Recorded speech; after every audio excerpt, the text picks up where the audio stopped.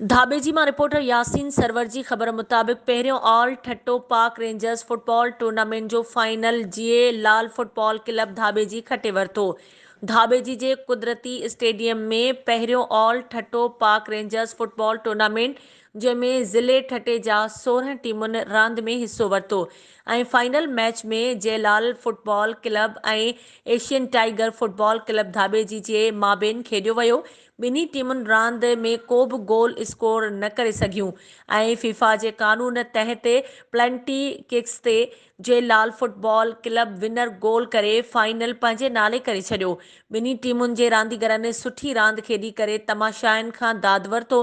Final महिमान ख़ासि अनवारुल हक ऐवान विनर ऐं रनर टीमुनि खे ट्रॉफी ॾींदे चयो त धाबेजी जे नौजवाननि जो रांदि ॾिसी करे ख़ुशी महसूसु कई पई वञे त असांजे इलाइक़े जे नौजवाननि में टैलेंट मौजूदु आहे।